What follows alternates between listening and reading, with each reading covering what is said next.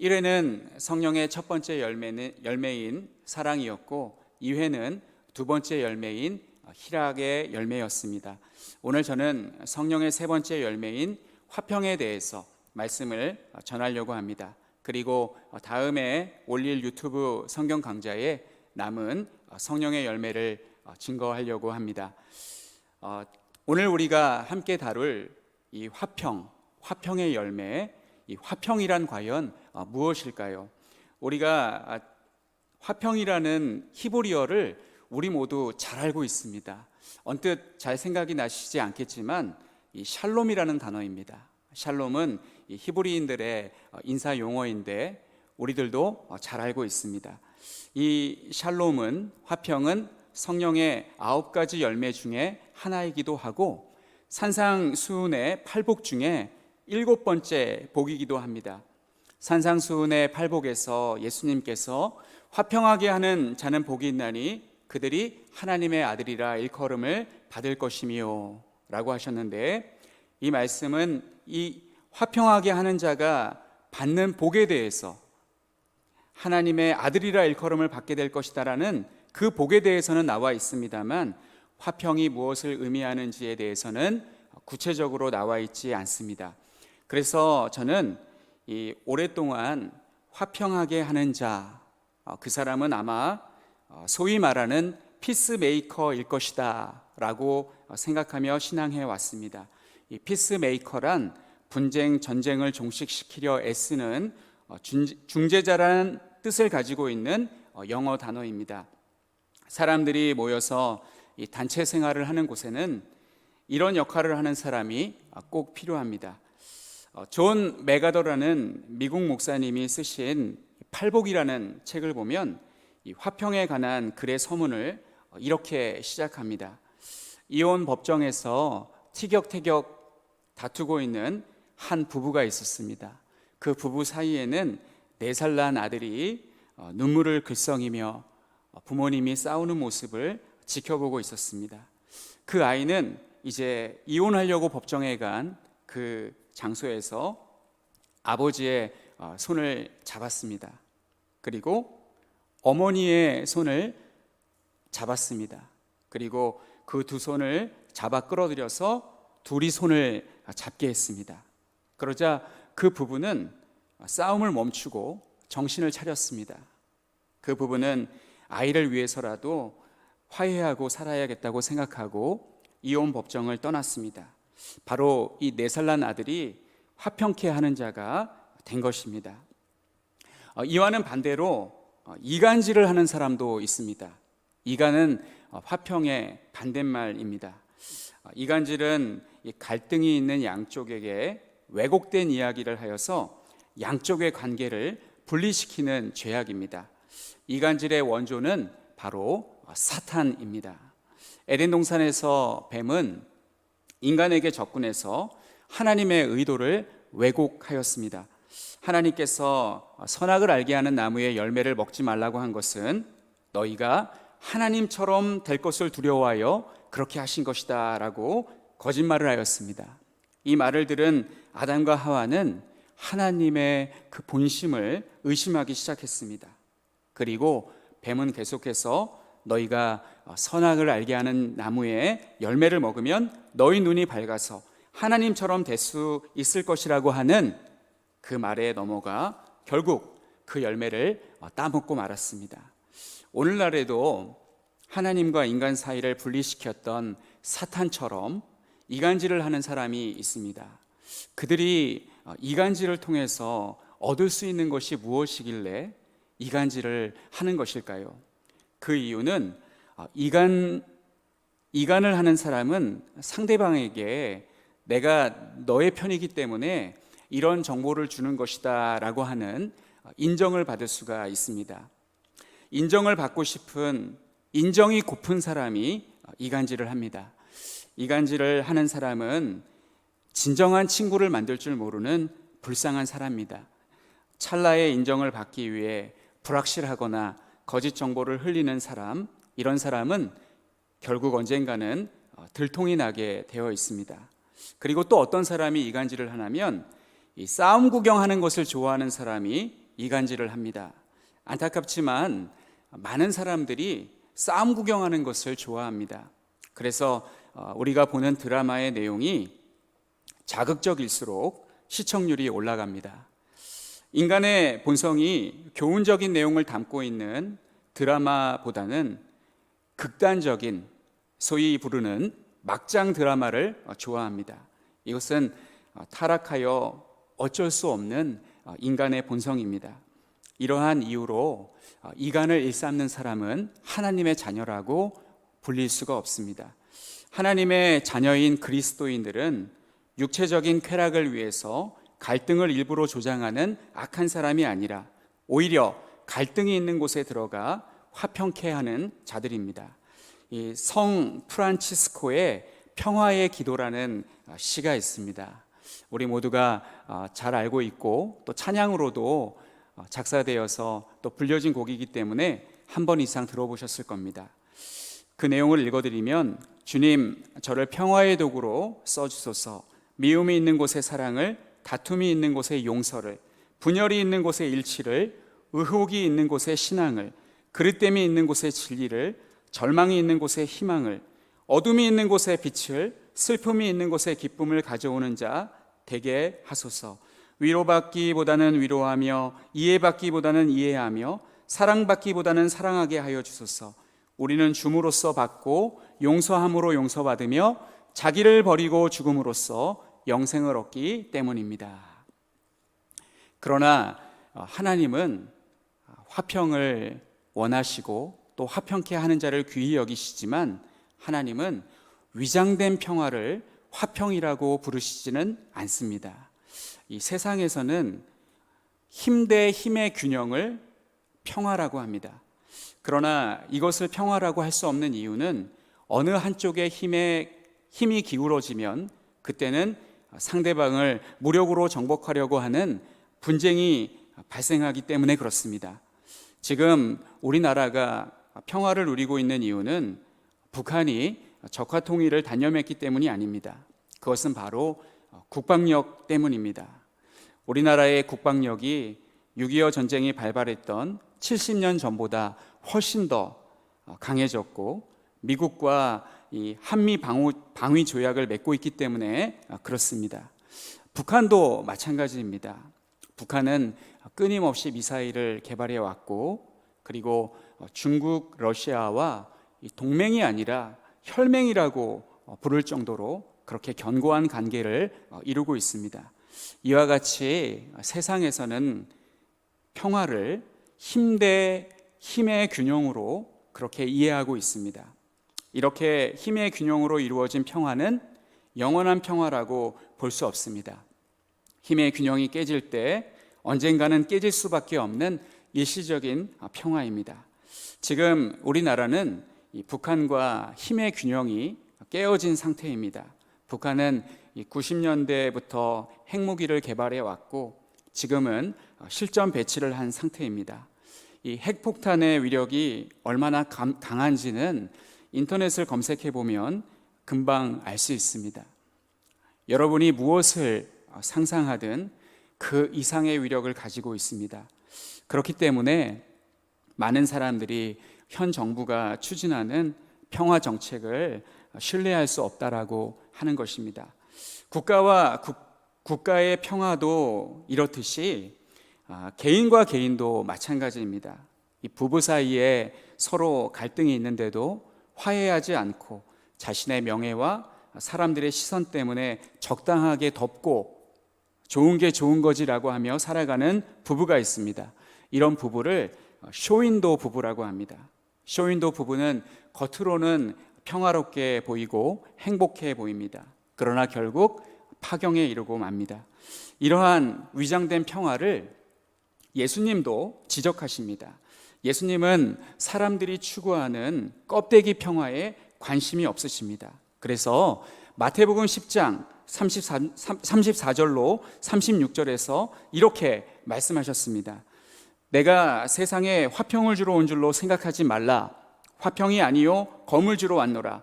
내가 온 것은 사람이 그 아버지와 딸이 어머니와 며느리가 시어머니와 불화하게 하려 함이니 사람의 원수가 자기 집안 식구리라. 저는 이 말씀이 무척 부담스러웠고 또 이해가 잘 되지 않았습니다. 그러나 나중에 성경을 읽으면서 예수님께서 이 말씀을 하신 것은 구약 성경에서 인용한 말씀이라는 것을 후에 알게 되었습니다. 미가서 7장 6절의 말씀을 읽어보겠습니다. 아들이 아버지를 멸시하며 딸이 어머니를 대적하며 며느리가 시어머니를 대적하리니 사람의 원수가 곧 자기의 집안 사람이리로다. 이 말씀의 의미는 다음 미가서 7장 7절의 말씀을 통해서 알 수 있습니다. 미가서 7장 7절, 오직 나는 여호와를 우러러보며 나를 구원하시는 하나님을 바라보나니 나의 하나님이 나에게 귀를 기울이시리로다. 예수님도 마태복음 10장 36절 이후에 37절부터 이렇게 말씀하셨습니다. 아버지나 어머니를 나보다 더 사랑하는 자는 내게 합당하지 아니하고 아들이나 딸을 나보다 더 사랑하는 자도 내게 합당하지 아니하며 라고 말씀하시며 가족 애와 가족의 결속이 진정한 화평을 가져오지 않는다고 말씀하셨습니다. 우리의 화평과 구원은 돈에서 그리고 건강에서 가족 애에서 나오지 않습니다. 미가서 7장 7절의 말씀에서 화평은 오직 하나님께로부터 나온다는 사실을 항상 기억하시고 가족보다 하나님을 더욱더 의지하시는 우리 모두가 되시기를 간절히 축원합니다. 그리고 화평은 구약의 제사인 화목제에서 시작이 되었습니다. 구약에 여러 제사가 있는데 그 중에 이 화목제가 있습니다. 많은 분들이 오해하시는 것 중에 하나가 하나님께 제사를 드릴 때 백성들이 제사를 드리기 위해 가지고 온 제물을 제사장에게 주면 제사장이 각을 뜨고 피를 흘려 하나님께 제사를 드릴 것이라고 생각하는데 말씀을 자세히 읽어보면 제사장이 하지 않고 제물을 가져온 백성이 합니다. 백성들은 제사장 앞에서 가지고 온 제물에 먼저 안수를 합니다. 자기의 죄가 이 제물에게 다 전가되기를 바라는 마음으로 그렇게 안수를 합니다. 그 후에 제물을 부위별로 자르고 피와 함께 제사장에게 전달하면 제사장이 제단 사면에 피를 바르고 제단 위에서 불을 붙여 제사를 드렸습니다. 그 중에 화목제는 제사를 드린 후 고기를 하나님의 회막문 앞에서 자기에게 속한 모든 사람들과 가족과 또 자기에게 소속된 종과 노비 할 것 없이 모든 사람들 그리고 레위인을 청하여서 함께 나누어 먹었습니다. 이스라엘 백성들이 하나님께 죄를 범했을 경우 이렇게 하나님께 제사를 드림으로 사함을 받았습니다. 화목제의 의미는 제사의 명칭과 같이 하나님과 화평하기 위해서 자신의 죄를 속죄하는 제사입니다. 오늘날 우리도 화목제를 드려야 하지만 이제는 화목제를 드릴 필요가 없습니다. 그 이유는 요한일서 2장 2절 말씀에 나와 있습니다. 그는 우리 죄를 위한 화목제물이니 우리만 위할 뿐 아니요 온 세상의 죄를 위하심이라. 이 말씀같이 예수님께서 우리를 위한 화목제물이 되어주셨기 때문입니다. 화평케 하는 자란 사람 사이의 갈등을 중재하는 것, 그 이상의 의미를 가지고 있습니다. 화평은 사람 사이에서 발생한 갈등을 없애고 화목케 하는 것이라고 하는 것은 기초적인 이해입니다.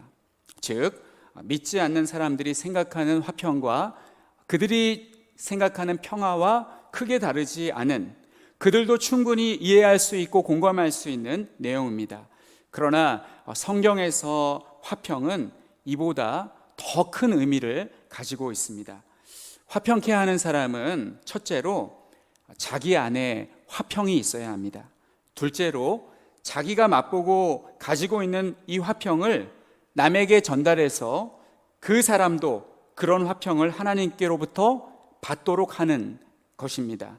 오늘 본문 말씀이 이것을 증거하고 있습니다. 오늘 요한복음 14장 27절 말씀에서 예수님께서 주시는 평안은 세상이 주는 것과 같지 않다고 말씀하십니다.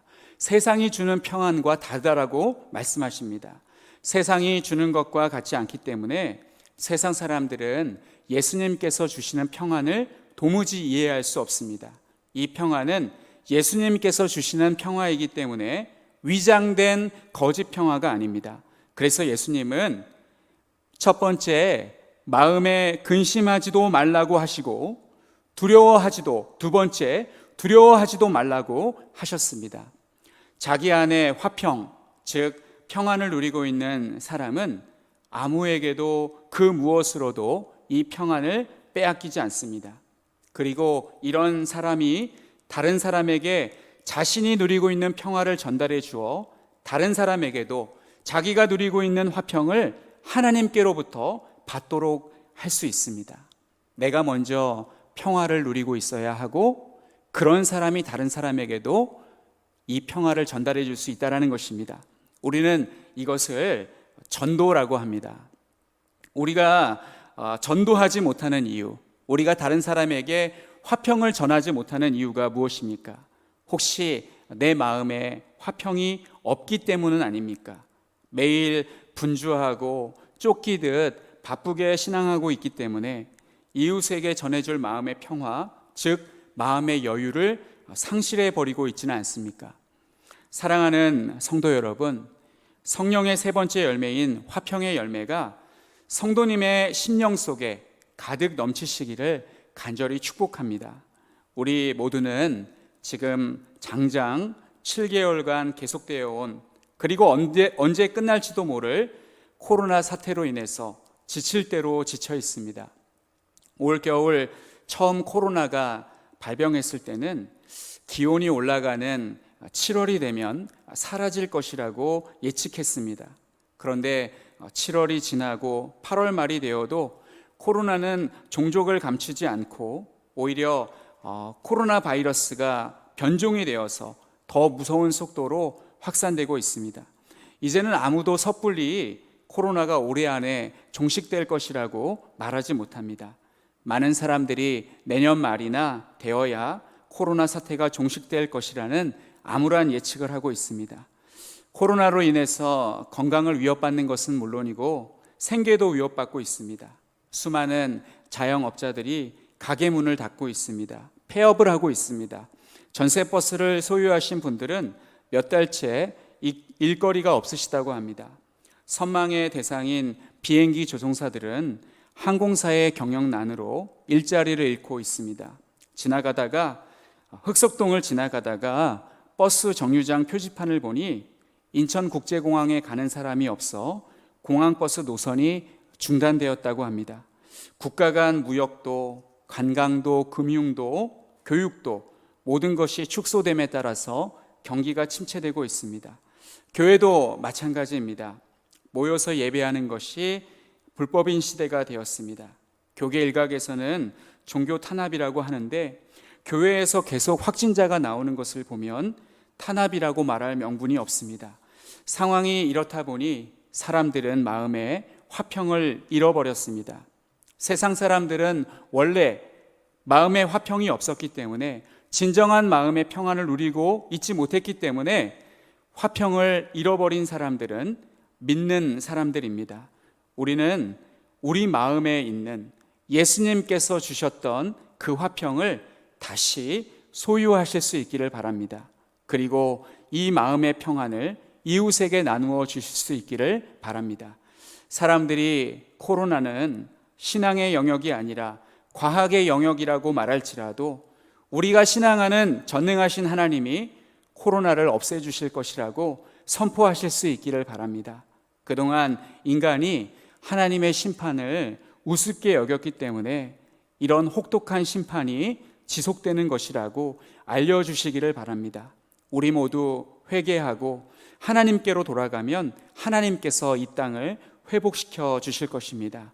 지금 우리 성도들은 미래에 일어날 이 일을 오늘날 믿고 믿음으로 견디어야 합니다. 구약 성도들이 예언된 메시아를 기다릴 때 메시아를 직접 보지 못했어도 장차 오실 메시아를 앞으로 오실 것이라 확실히 믿고 구원을 받았던 것처럼 우리에게도 하나님께서 머지않아 코로나 사태를 종식시켜 주실 것이란 믿음을 가지고 있어야 합니다. 상상해 보십시오. 코로나 사태가 종식되어서 전교인이 다 같이 야유회를 가서 마스크를 벗고 준비한 식사와 음료를 마시면서 그동안 우리가 누려왔던 것들이 이렇게 소중한 것인 줄 몰랐다라고 하면서 기뻐할 날이 반드시 올 것입니다. 이러한 믿음을 가진 사람은 마음의 화평을 누릴 수가 있습니다. 그리고 이런 믿음을 가진 사람이 다른 사람에게 화평을 전해줄 수가 있습니다. 그러한 삶을 사시는 우리 모두가 되시기를 간절히 축원합니다.